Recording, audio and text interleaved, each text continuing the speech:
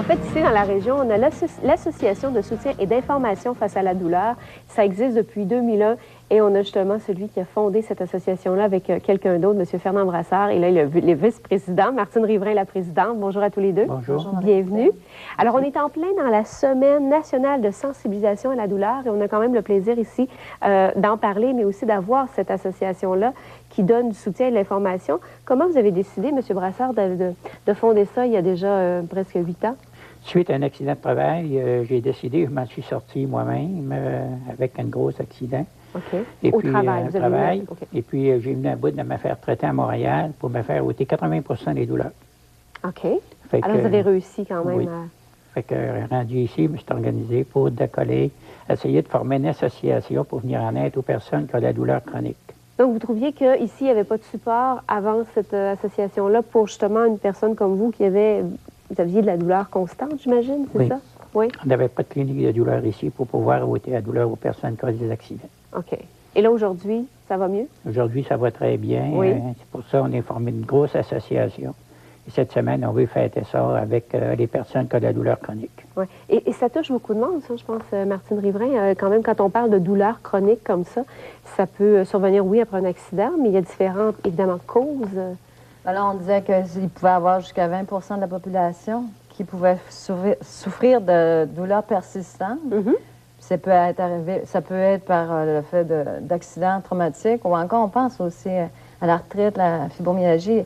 La douleur, elle est partout de toute façon. Ça peut être des maux de dos qui sont persistants aussi. Ça peut être toutes sortes de situations qui, à un moment donné, minent. Hein? Je pense que quand on a la douleur persistante comme ça affecte d'autres, ça affecte d'autres plans de notre personnalité. Le moral, l'entourage, la parenté, notre épouse, beaucoup de personnes.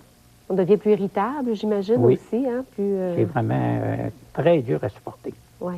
La clinique, elle est là pour quoi exactement? Qu'est-ce que vous faites? Vous donnez de l'information? Là, je vais vous reprendre. C'est pas la clinique. Ah, c'est pas la clinique, c'est vrai, c'est l'association. Au départ, par contre, je pourrais vous dire que notre souci, au départ, les gens qui ont entrepris l'organisme, c'était d'avoir à faire venir, à monter une clinique de douleur avec toute l'interdisciplinaire qu'on peut imaginer.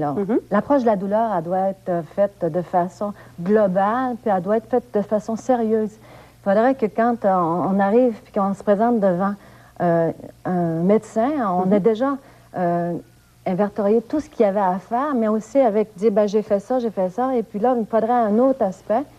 Souvent, on va monter à Montréal ou encore à Québec, où ce que là, il y a des anesthésistes qui vont traiter avec la hyper-spécialité des douleurs chroniques. Mais là, nous autres, c'est une clinique de douleur, en tout cas, ça a différentes facettes. C'est juste pour nous, c'est vraiment l'association. Oui, parce qu'on travaille en fonction d'amener justement ces services-là ici au Saguenay-Lac-Saint-Jean. Je vous dirais qu'à Dolbeau, il y a déjà quelque chose de beau qui se fait, OK, avec le docteur Myriam Paul.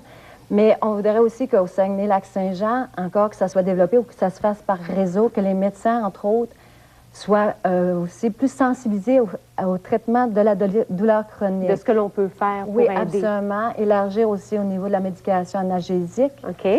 Donc, tout ça pour vous dire que l'association, aujourd'hui, nous autres, on se préoccupe surtout du fait qu'il y a des gens qui vivent la douleur et qui sont isolés. Ils vivent de façon aussi marginale parce que finalement, ça fait plusieurs années qu'ils sont envahis par la douleur. Puis se retrouvent en pensant, je suis seule, mais là, nous, on veut dire aux gens... Et vous n'êtes pas seul. Non, surtout pas seul. Et puis, on veut leur faire prendre un peu la valorisation, qui sont encore des personnes, qui ne sont pas juste des douleurs.